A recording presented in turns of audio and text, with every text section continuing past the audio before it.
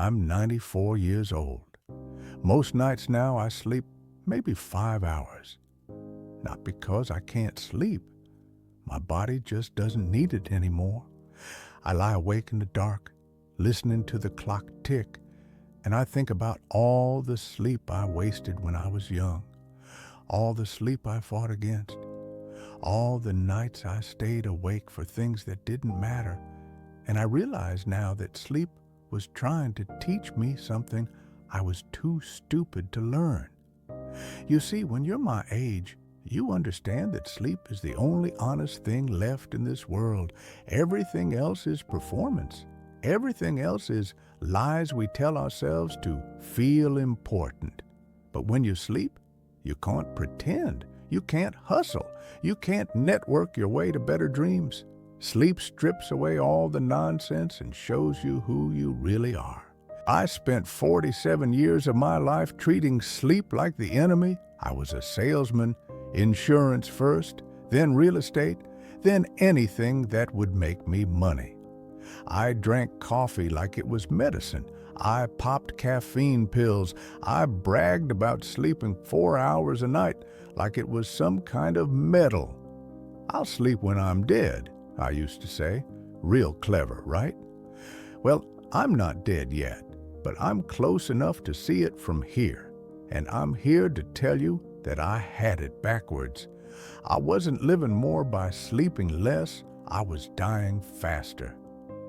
The moment I figured this out was October 12th, 1987.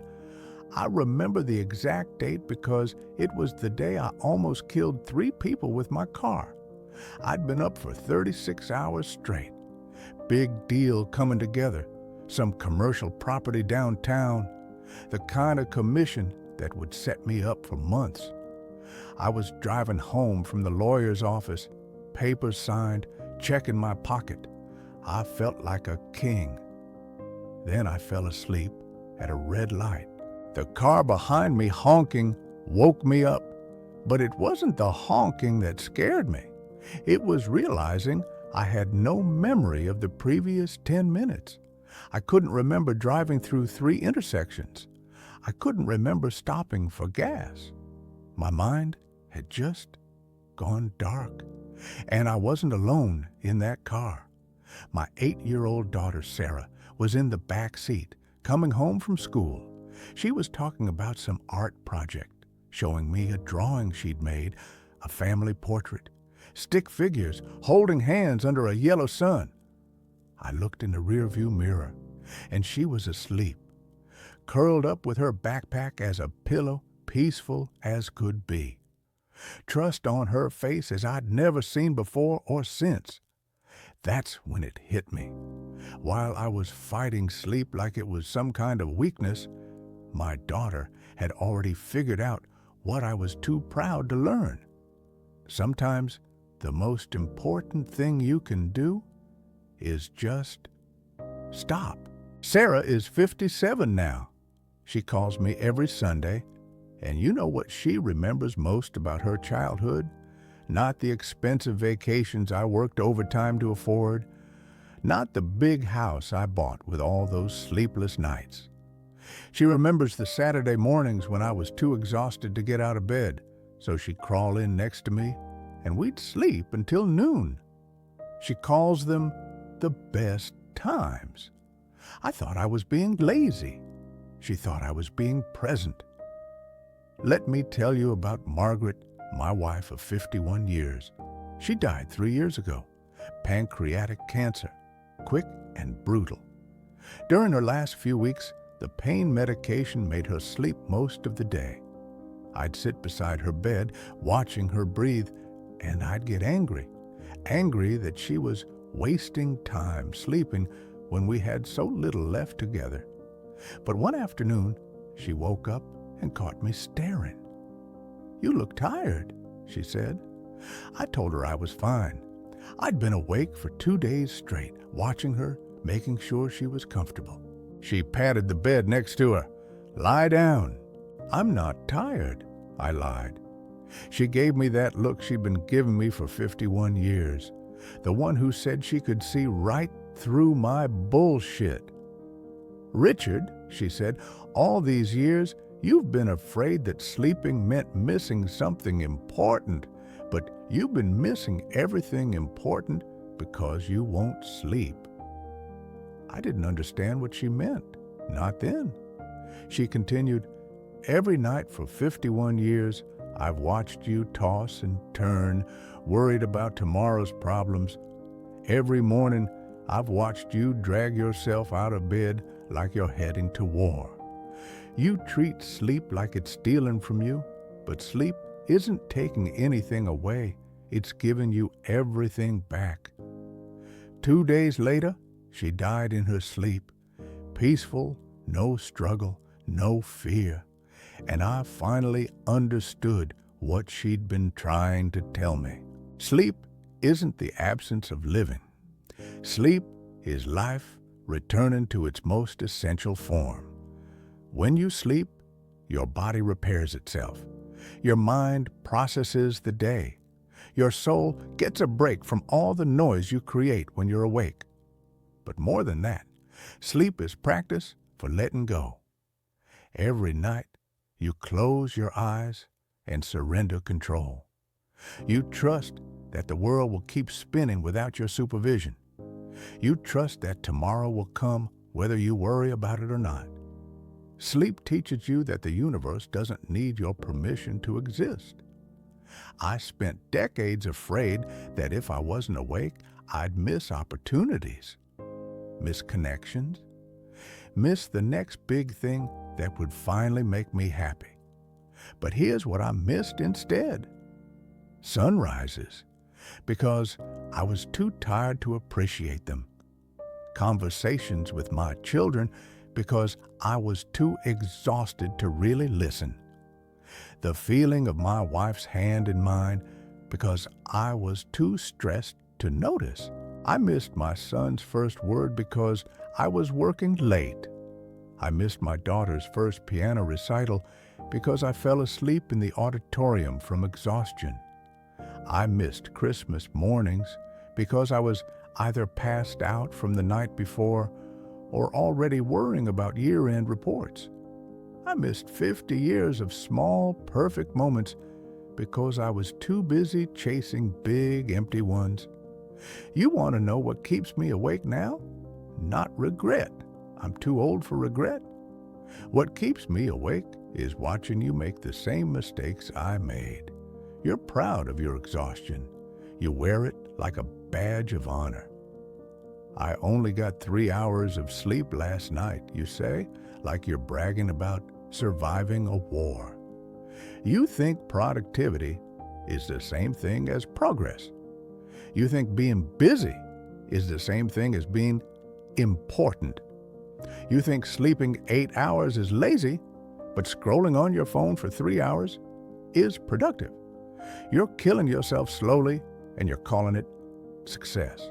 Let me ask you something, and I want you to really think about this. When was the last time you woke up without an alarm? When was the last time you went to bed without checking your phone one more time? When was the last time you let yourself sleep as long as your body wanted to sleep? You can't remember, can you? You've trained yourself to fight your own biology. You've convinced yourself that rest is weakness, that sleep is for people who don't have goals. But goals without rest are just fantasies with deadlines. I've been to hundreds of funerals in my 94 years. I've listened to hundreds of eulogies. I've never once heard someone say, "He was a great man because he only slept 4 hours a night." I've never heard anyone say, "She really made an impact because she drank 12 cups of coffee a day." But I have heard people say, "He was always so calm. She was so present when you talked to her. He seemed so at peace with himself." You know what those people had in common? They understood that rest wasn't the enemy of achievement. It was the foundation of everything meaningful they ever built. My father was a farmer. He worked with the sun up at dawn, resting when it got dark. Simple as that. He lived to be 89 and never owned an alarm clock, never drank coffee after noon, never took a sleeping pill in his life.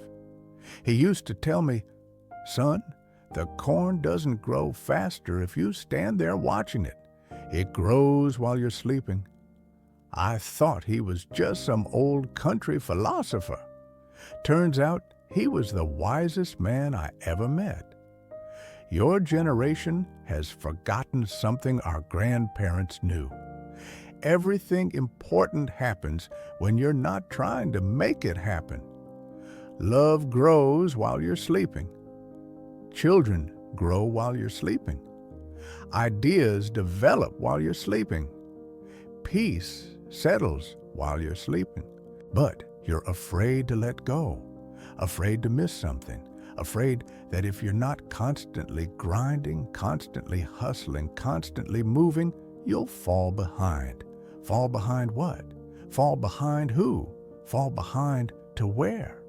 You're in a race with no finish line, competing against people who don't even know they're running. Here's what I know at 94. The only thing you're really racing against is time. And time doesn't care how many hours you stay awake. Time moves at the same speed whether you're sleeping or suffering.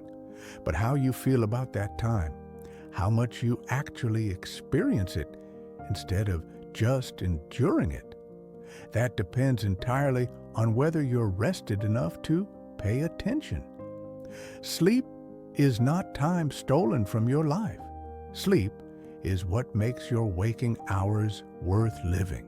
I watch my great-granddaughter Emma sometimes. She's 4 years old. When she's tired, she just stops whatever she's doing and falls asleep. On the couch, in the car, sometimes right there on the kitchen floor with her toys. No shame, no fight, no negotiation with exhaustion. Her body says, "Sleep," and she sleeps. Somewhere along the way, we unlearn this wisdom. We start believing that our minds are smarter than our bodies, that willpower can override biology. But the body always wins in the end. The only question is whether you'll listen to it before it forces you to stop. The saddest thing I see in your generation is how you've turned sleep into another thing to optimize. Sleep trackers, sleep apps, sleep hacks. You've taken the most natural thing in the world and made it complicated. Sleep doesn't need to be optimized. It needs to be honored. It doesn't need to be measured. It needs to be experienced. Stop trying to hack your way to better sleep and start asking yourself why you're fighting it in the first place. If you want my advice, and at 94, it's some of the last advice I'll ever give. Learn to sleep as your life depends on it. Because it does. Turn off the phone. Turn off the noise. Turn off the part of your brain that thinks it's so important that the world can't function without your constant attention. Lie down. Close your eyes. Let go. Trust that tomorrow will come whether you're worrying about it or not. Trust that your problems will still be there in the morning, but you'll be better equipped to handle them. Trust that rest isn't giving up, it's getting ready. And maybe, if you're lucky, you'll have the kind of sleep my Margaret had at the end. The kind where you're not afraid to let go because you know you've lived fully when you were awake. Sleep well. The world will wait for you. If this helped you see sleep differently, share it with someone who needs to hear it. Leave a comment about the last time you slept without setting an alarm. Subscribe if you want more wisdom from someone who's made all the mistakes so you don't have to. Now, excuse me, at 94, even 5 hours of sleep sounds pretty good.